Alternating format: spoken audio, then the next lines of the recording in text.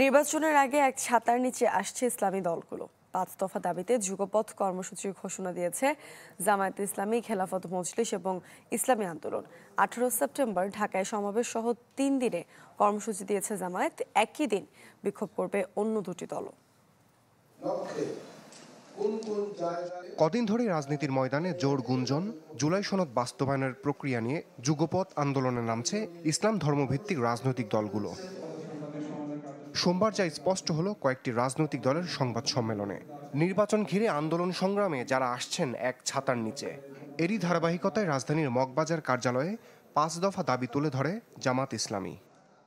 জুলাই সনদ বাস্তবায়ন, সংসদ নির্বাচনের 2 কক্ষেই পিআর পদ্ধতি, জাতীয় পার্টি ও 14 দলের রাজনীতি নিষিদ্ধ, জুলাই হত্যার বিচার এবং নির্বাচনে সবার জন্য সমান সুযোগের দাবি জানায় দলটি। দাবি পূরণে 18 সেপ্টেম্বর ঢাকায়, 19 সেপ্টেম্বর বিভাগীয় শহর এবং 26 সেপ্টেম্বর জেলা উপজেলায় বিক্ষোভ মিছিলের ডাক দেয় দলটি। আমরা তো এখনো নেগোসিয়েশনে আছি, সরকারের কাছে মৌখিকভাবে বলছি, ছোটোখাটো দাবি জানাচ্ছি।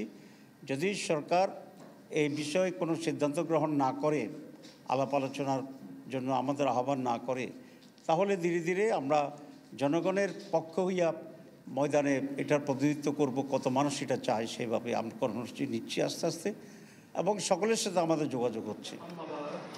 কিছুক্ষণের মধ্যেই অনেকটা কাছাকাছি দাবিতে দলীয় কার্যালয়ে সংবাদ সম্মেলন করে ইসলামী আন্দোলন বাংলাদেশ ও খেলাফত মজলিস। জামাতে ইসলামীর কর্মসূচির সাথে মিল রেখে ঘোষণা দেয় বিক্ষোভ মিছিলের। সামনে যদি এই পদ্ধতিতেই বা এই পরিবেশে নির্বাচন হয়, তাহলে আমাদের জানমালের নিরাপত্তা সেখানে থাকবে না। এটাই বাস্তবতার জন্য এটা আমরা বারবার বলছি। আমরা রাষ্ট্রীয় সংস্কার দেখি নাই, এখানে দৃশ্যমান বিচারও আমরা দেখি নাই, কিন্তু জাতীয় নির্বাচনের ব্যাপারে সে কিন্তু আগেই ঘোষণা দিয়ে বসলো। এটা কেন, কি কারণে, এটা আমাদের বোধগম্য নয়।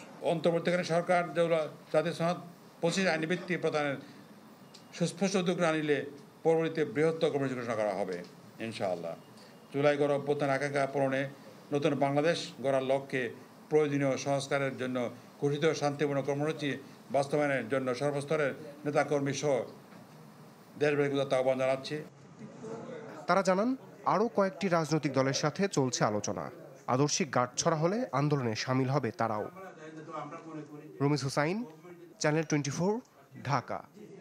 নতুন বাংলাদেশ গড়তে এলো জুলফিকার স্টিল। জুলফিকার স্টিল, ইস্পাত দৃঢ় অঙ্গীকার।